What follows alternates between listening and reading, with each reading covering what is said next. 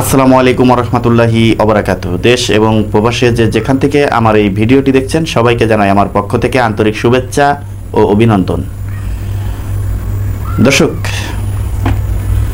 আপনারা জানেন যে এই স্বৈরাচার সরকার যতদিন ক্ষমতায় ছিল ততদিন পর্যন্ত আমাদের দেশের যেই প্রথম সারির গণমাধ্যম রয়েছে, স্যাটেলাইট টেলিভিশন এবং প্রথম সারির যেই প্রিন্ট মিডিয়াগুলো রয়েছে, এই প্রিন্ট মিডিয়া এবং এই স্যাটেলাইট টেলিভিশনগুলো আপনারা দেখেছেন সরকারের বিপক্ষে যদি কোনো আন্দোলন, কোনো সংগ্রাম, কোনো প্রতিবাদ, কোনো মিছিল, কোনো মিটিং হয়েছে, এইগুলো স্যাটেলাইট টেলিভিশন বলেন, বড় বড় সংবাদপত্র বলেন, এর একটিও কিন্তু এই সংবাদগুলো কিন্তু প্রচার করে নাই। ফলে কি হয়েছে, বাংলাদেশের মানুষ বুঝতে পারে নাই যে বিরোধী দলীয় যেই সংগঠনগুলো রয়েছে সেই সংগঠনের অ্যাক্টিভিটিস আছে কি নাই, এরা আমাদের বাংলাদেশে রাজনীতি করছে কি করছে না, এটাও কিন্তু তারা বুঝতে পারে নাই। কিন্তু আমরা যেটি দেখেছি আস্তে আস্তে, যেমন ইউটিউব, ফেসবুক, এই ইউটিউব ফেসবুকে যেভাবে তাদের যেই প্রোগ্রামগুলো প্রচার করেছে, এই ইউটিউব এবং ফেসবুকে এই বিরোধী দলীয় যত সংগঠন রয়েছে, ইসলামী আন্দোলন বলেন, জামাতি ইসলাম বলেন এবং বিএনপির যেই প্রোগ্রাম রয়েছে সেই প্রোগ্রাম বলেন, যাই বলেন না কেন, এই ইউটিউব এবং ফেসবুক সোশ্যাল মিডিয়ায় যেভাবে কাভারেজ দিয়েছে, এতে করে বাংলাদেশের সাধারণ মানুষ, কৃষক, শ্রমিক থেকে শুরু করে প্রত্যন্ত গ্রামগঞ্জের যেসব সাধারণ মানুষ, তারা কিন্তু কিছুটা হলেও বুঝতে পেরেছে যে দেশে বিরোধী দল এবং অন্য অন্য দল রাজনীতিতে অ্যাক্টিভ রয়েছে।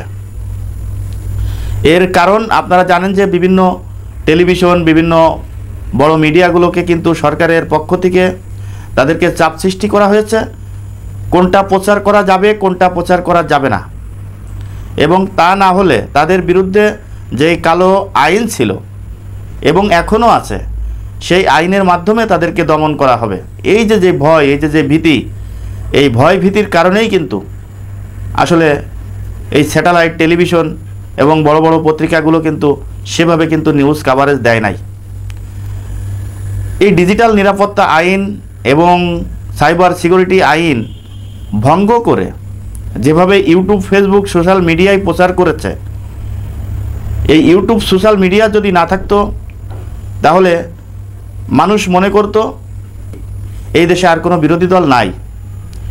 এমনকি আলেম ওলামাইদের ওয়াজ মাহফিলগুলো, যেই সমস্ত আলেম ওলামাইরা ওয়াজ মাহফিলে নির্যাতনের শিকার হয়েছে, অপমানের শিকার হয়েছে, জেল খেটেছে এবং এই আওয়ামী লীগের পাতি নেতাদের হাতেও মার খেয়েছে, এগুলোও কিন্তু এই সোশ্যাল মিডিয়ায় তুলে ধরেছে।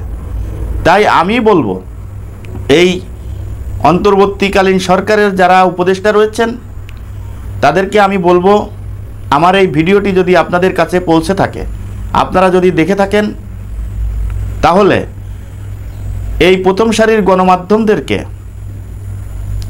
আপনারা পরিপূর্ণ স্বাধীনভাবে কাজ করার অগ্রাধিকার দিবেন।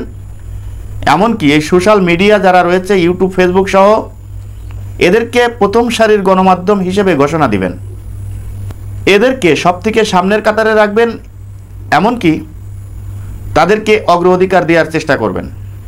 আমার নিউজ বিডিসির দর্শক শ্রোতা যারা রয়েছেন, আমি তাদেরকে উদ্দেশ্য করে বলবো যে এই ভিডিওটি আপনারা একটু বেশি বেশি করে শেয়ার করবেন। এর কারণ এই ভিডিওটি আপনাদের শেয়ারের মাধ্যমে এই অন্তর্বর্তীকালীন সরকারের যেই সমস্ত উপদেষ্টারা রয়েছেন এদের কাছে যেন পৌঁছে যায় আমার এই ভিডিওটি, তাহলে তারা বুঝতে পারবে যে দেশ এবং দেশের স্বার্থে যারা এই মিডিয়া জগতে কাজ করেছে, তাদের ভিতরে অনলাইন প্ল্যাটফর্মটাই ছিল মূলধারার গণমাধ্যম হিসেবে।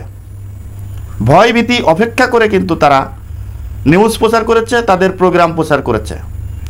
অনেকের এই নিউজ প্রোগ্রাম প্রচার করার কারণে অনেকেরই কিন্তু জেল খাটতে হয়েছে, এমনকি বিভিন্ন আক্রমণের শিকার হতে হয়েছে। এমনকি তাদের ফেসবুক ইউটিউব বন্ধ করে দেওয়ার মতো ঘটনা কিন্তু ঘটেছে। তাই আমি বলবো আমার এই বক্তব্যটি যেন প্রত্যেকটা উপদেষ্টার কাছে পৌঁছে যায়।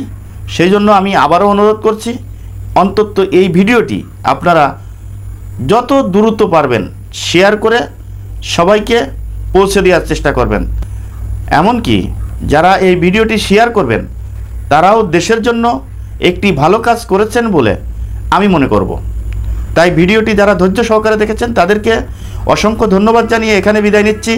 আমি মোহাম্মদ মিতুল হোসেন। আসসালামু আলাইকুম ওয়া রাহমাতুল্লাহি ওয়া বারাকাতুহু।